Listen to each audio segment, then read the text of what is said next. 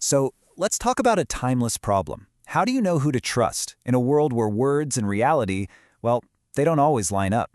Today, we're going to dig into an amazing mental model for this, and you're not going to believe where it comes from. A super simple kid story. Have you ever had that feeling you're talking to someone and they're saying all the right things? I mean, they're checking every single box, but deep down, something in your gut is just screaming, wait a minute, it just feels off. Well, today we're giving that feeling a name. It's called the white paw principle. To really get this principle, we've got to travel back in time to an ancient fable. And look, don't think of this as just some cute little fairy tale. This is more like a piece of survival software, a bit of code passed down for generations to help us navigate deception. Okay, so the story kicks off with a pretty classic setup, right? You've got a mother goat who has to head out to the market, and she's leaving her young kid at home all alone. And of course, she knows the world's a dangerous place, so she's trying to set up a little security system for her child. And here it is, the first layer of her security plan, a password. It's just information, a shared secret between them. This is supposed to be the key, the thing that separates the good guys from the bad guys. But here's the catch, and it's a big one. Any key that's just made of words can be stolen. It can be copied. And just like that, here comes our villain, the wolf. He's lurking nearby, being what you might call an agile deceiver, and he realizes, hey, why bother breaking down the door when I can just learn the magic words to open it? And right there, you see the fundamental flaw in any system that relies only on information. So this is it. This is the moment of pure deception. The wolf strolls up to the door and uses the family's own secret words right back at them. He's got the password down pat and even says it softly, trying to sound all friendly. I mean, if this were just a test on paper, he'd have passed with flying colors. But, and this is the absolute key to the whole story, the kid doesn't just blindly trust the password. He listens to that little feeling, that gut instinct that something isn't quite right. So what does he do? He goes looking for more data. He gets up and peeps through a tiny crack in the door. And this is just brilliant. A total masterstroke. The kid issues a challenge. He moves past what can be said, and he demands physical, verifiable proof. Something that can't just be copied or faked on the spot. He asks to see a white paw. And just like that, the wolf's whole plan falls apart. He's got the words, sure, but he doesn't have the reality to back them up. And that's how the kid stays safe. It wasn't that the password itself failed, it's that it wasn't trusted by itself. That vigilance, that's what won the day. Okay, so that's the story, but what's the secret code hidden inside it? Let's really break this down and figure out what this fable is trying to teach us. Right here, this is the absolute heart of the whole idea. On one side, you have the password. That's what you hear. It's words, it's information, it's promises. And the problem is, it can always be stolen or mimicked. But on the other side, you have the white paw. That's the proof. That's what you see. It's real, it's verifiable, and it's super hard to fake. So you might be thinking, okay, cute story, but what does that have to do with me? Well, this isn't just some dusty old fable. It's an incredibly practical tool for your life, right now.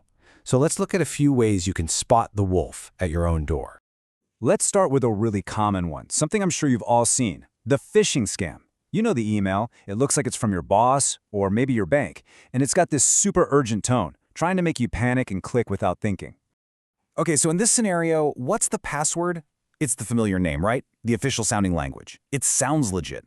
But the white paw, the thing you have to check for, is the actual proof.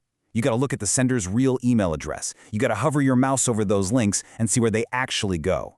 That's you peeking through the crack in the door. All right, let's switch gears and get a bit more personal. Think about relationships. It is so easy and so tempting to bond with someone over hating the same things or the same people. It's like an instant social password. But does that really mean they're a good, trustworthy person? So in this situation, the password is them agreeing with you, you know? Yeah, down with the wolf. It makes you feel like they're on the same team.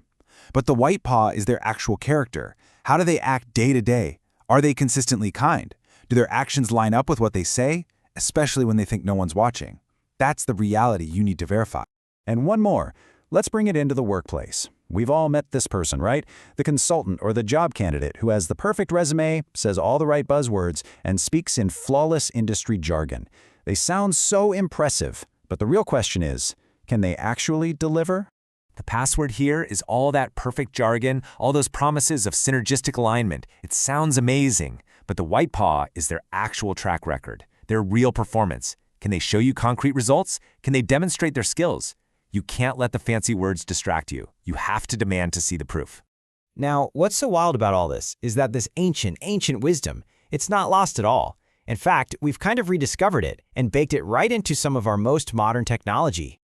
Yep, you're looking at it. Two-factor authentication. It is the white paw principle, just in digital form. Think about it. Knowing something, your password, isn't enough anymore. You also have to have something, your phone, that little code generator. That's the physical paw that a hacker on the other side of the world doesn't have. That little kid was basically a cybersecurity genius. Okay, so this has been great for spotting wolves out there in the world. But maybe the most powerful way to use this idea is to turn it around and apply it to ourselves, to the doors of our own minds. So I want you to really think about this for a second. What passwords are you accepting right now without even looking through the crack in the door? What beliefs or ideas have you just let in because they sounded good, or because they came from someone you like?